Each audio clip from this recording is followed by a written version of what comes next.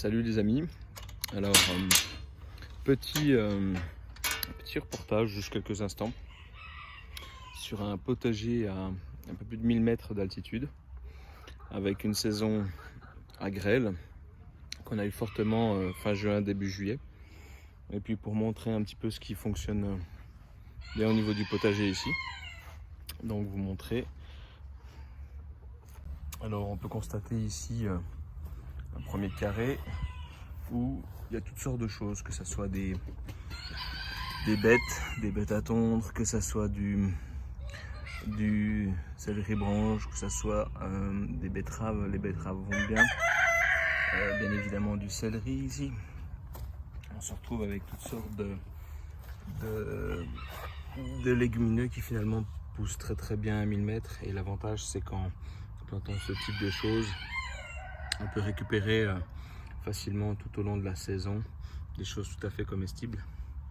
Les betteraves, on n'attend pas qu'elles soient à maturité, puisque les feuilles, elles sont excellentes. On les cuisinerait comme des épinards ou comme des bettes, et elles sont excellentes dans un gratin par exemple, ou dans une quiche ou autre. Ça peut être très bon. Là on se retrouve avec un autre carré, on peut constater.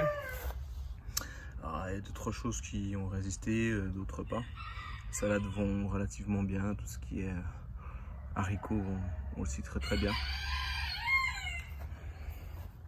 Là on peut voir le premier petit plant de tomates qui commence à prendre en vigueur, à pas trop mal sortir. Ici une des courges aussi qui elle était totalement réduite à néant. Vraisemblablement pas. C'est un peu l'expérience qu'on a pu en faire, c'est que je me suis dit bon on va voir un peu la force que la nature est là. Et finalement le constat était qu'elle était complètement explosée par la grêle. Je vous montrerai après les poules,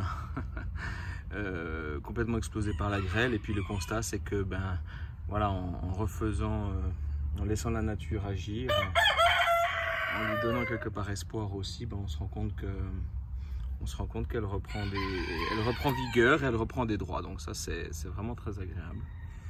Là-bas vous pouvez voir aussi tout ce qui est carottes, tout ce qui est de nouveau un petit plant de courge là au milieu.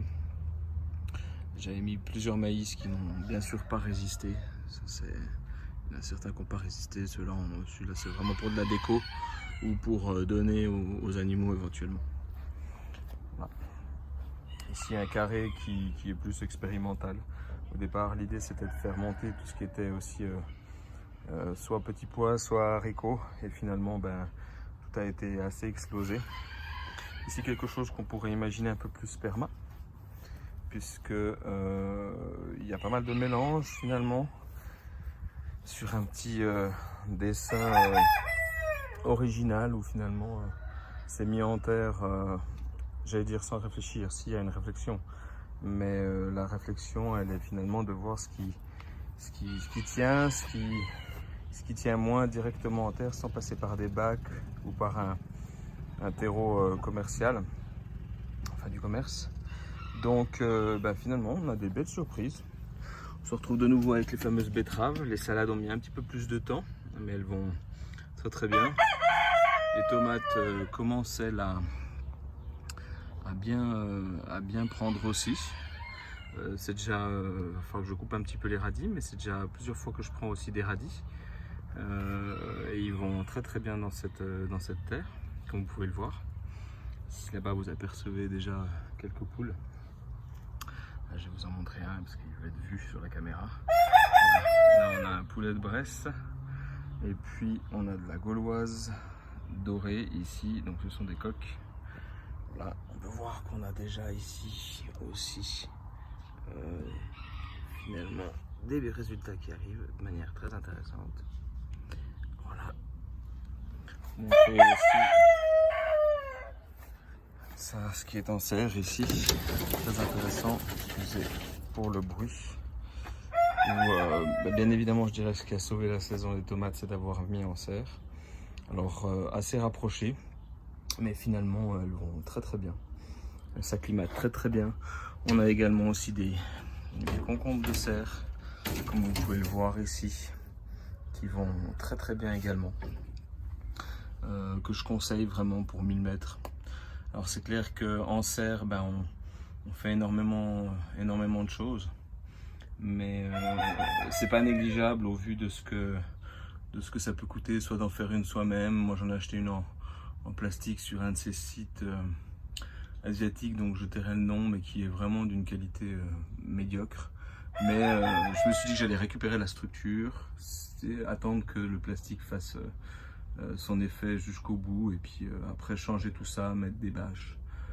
Au moins j'ai une structure, parce que la problématique de nos régions, bien évidemment, c'est la neige. Et la neige, voilà, avec ce type de structure là, ça défonce tout, la structure ne tiendra pas, j'ai même pas besoin de faire un test, donc je vais enlever ces choses là pour l'hiver, laisser cette structure métal, voir comment elle résiste, sinon la consolider, et puis l'année prochaine consolider au mieux cette chose là, une serre étant essentielle. Donc voilà, présenter quelques instants ce petit jardin, un peu plus de 1000 mètres dans les montagnes de Châteloise. Présenter quand même tout ce monde là aussi, hein. Donc là on a du Bresse, on a de la Gauloise dorée qui s'acclimate très très bien. On a des beaux jours à l'heure actuelle, tout le monde est content. Pour moi c'est essentiel d'être en lien évidemment avec cette nature qui nous enseigne, mais qui est bien sûr aussi un apport non négligeable d'un point de vue alimentaire, d'un point de vue protéines au travers des œufs.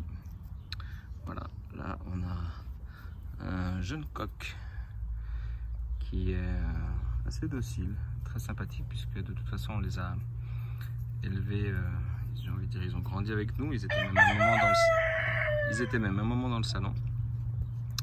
Ici on a vraiment une Gauloise dorée, bon petit gars, non, une poule pardon, et puis vous voyez, qui vont assez bien. On devra à nouveau faire un tri, sélectionner, regarder ce qui va bien. Mais ils sont vraiment chouettes dans un grand parc.